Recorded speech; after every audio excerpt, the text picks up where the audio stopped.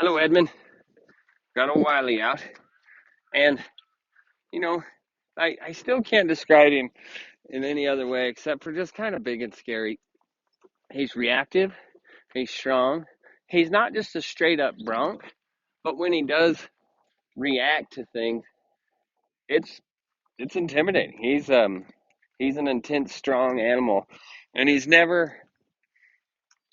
I've never let him just straight up buck. I've cheated this sucker around and made sure that I never did have to go to blows to it with him because I think if you ever taught this sumbitch how to buck, he'd really buck.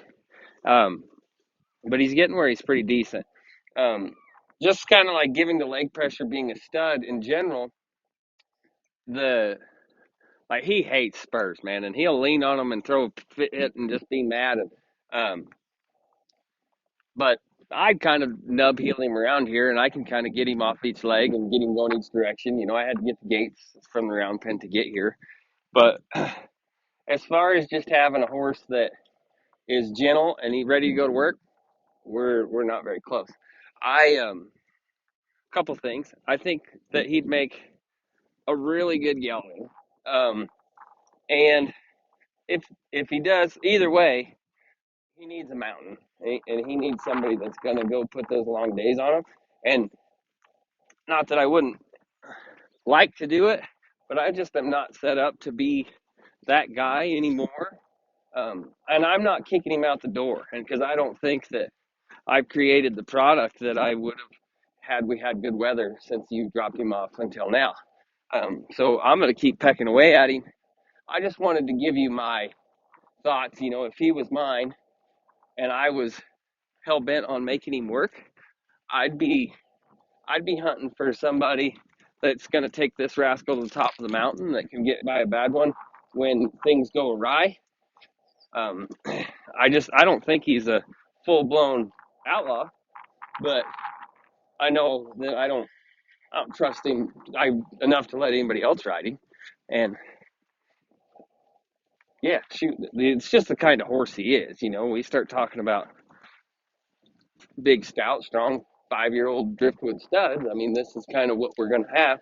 And he's in a good place, and we haven't had a whole bunch of bad days. What he bucked. Oh, shoot, here we go.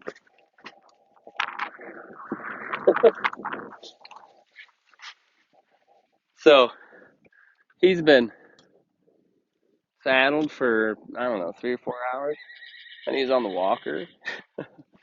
And uh, then I went to the round trail, and then then I come over here, and I've just kind of been tooling him around because we loped around here for 20, 30 minutes. But I'll get his feet moving so I don't die. But that's the wrong lead. Come here. There it is. But he's tough. And, and that's kind of, when you're making cowboy horses, that's kind of what you want. But the way to make a cowboy horse, you got to have a cowboy job. And um, so that's kind of where I'm at. I would be hunting something like that. But, the only way that I can give him a good day is hang him on that walker all day. And while that gets him tired, that's not going to make him the animal that we're looking for. And if he was past that, I'm sure I could get this rascal riding around pretty good and doing some cool stuff.